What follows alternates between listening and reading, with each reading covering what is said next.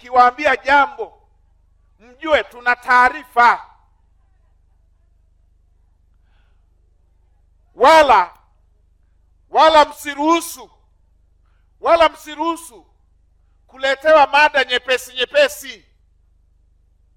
Msiruhusu kugombanishwa kwa mada nyepesi. Tanzania isingetaka vyama vingi, isingeweka kwenye katiba. Asije mtu akakuambia haya ni mambo ya vyama vya siasa. Hala hasha. Sisi kwenye vyama vya siasa mbona tunaheshimiana, tunakula nyama choma kila siku pamoja. Tunatumiana na mafuta.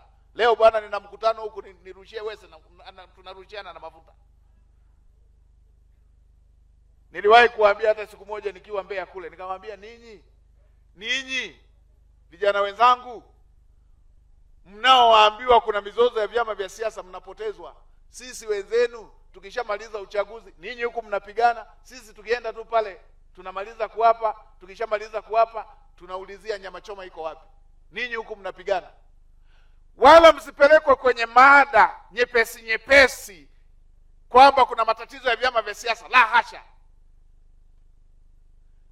Kuna jambo kubwa la kiusalama na watu wa nia mbaya ambao wamejaribu nchi yetu. Mungu anaipenda nchi yetu, akashindwa, hawajakoma. Ndio maana unaona hivyo vipeperushi hivyo, na wanapanga mambo mabaya dhidi ya maisha ya Watanzania. Ndio maana tumesema hatupuzi. Hata tukasimamisha kwanza mikutano ya hadhara wakati ya vyama vya siasa. Wakati huo tunafanya haya ya kuangalia na kuwaelezea wananchi kuchukua hizi tahadhari.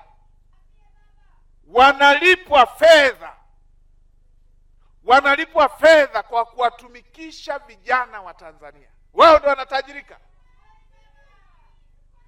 Wanatajirikia damu za watoto wa Kitanzania.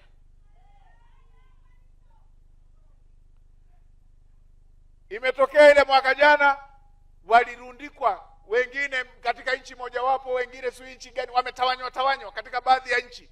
Mtu mmoja analipwa bilioni 5, bilioni 2 ili awachochee vijana wa Kitanzania, na anaambiwa wakifa wengi atapewa fedha nyingi zaidi. Wanafanyia biashara maisha ya Watanzania, na mnataka tuwachekee.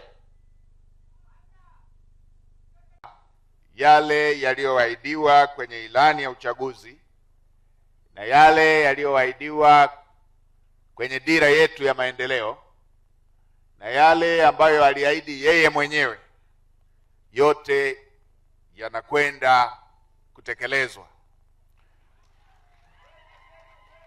Tunaanza utekelezaji wa ilani leo, ilani ya 2025 2030.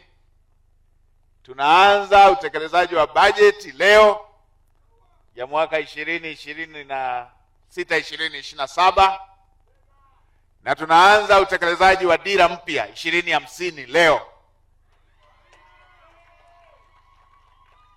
Na mimi nina furaha sana kutamka kuanzwa kwa safari hii nikiwa nyumbani kwetu mkoa wa Mara, hapa Serengeti.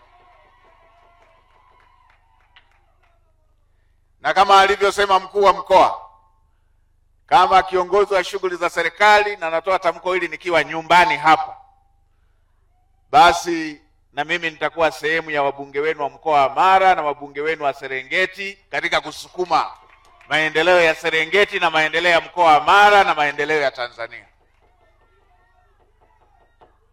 Katiba yetu inasema jambo lolote ambalo Mheshimiwa Rais anatekeleza, anatamka, anaelekeza litekelezwe. Jambo lolote ambalo Mheshimiwa Rais anaelekeza litekelezwe, basi waziri mkuu atatekeleza ama atasababisha litekelezwe. Kwa hiyo yale ambayo Mheshimiwa Rais aliwaahidi, amenituma niwahakikishie kuwa yatatekelezwa, na mimi kama wajibu niliopewa na katiba nitasimamia kuhakikisha maelekezo hayo ya Mheshimiwa Rais yanatekelezwa. Mheshimiwa Rais amejipambanua katika kipindi chake cha awamu ya kwanza kwamba ni mtekelezaji, ni kiongozi wa matokeo, Kwa hiyo hata haya aliyoyasema kwamba yatafanywa katika awamu ya pili, hatuna sababu ya kuyatilia mashaka, kwa sababu katika serikali yake awamu ya kwanza ametekeleza mengi.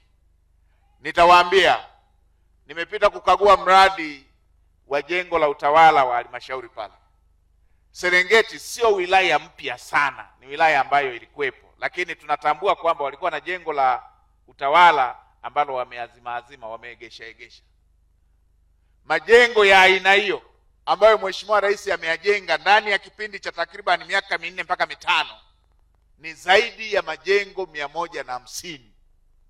Unaweza ukaona ni kiongozi wa matokeo kwa kiwango gani. Maana yake hata haya ambayo tumeanza likiwemo hili la Serengeti yatakwenda kukamilishwa.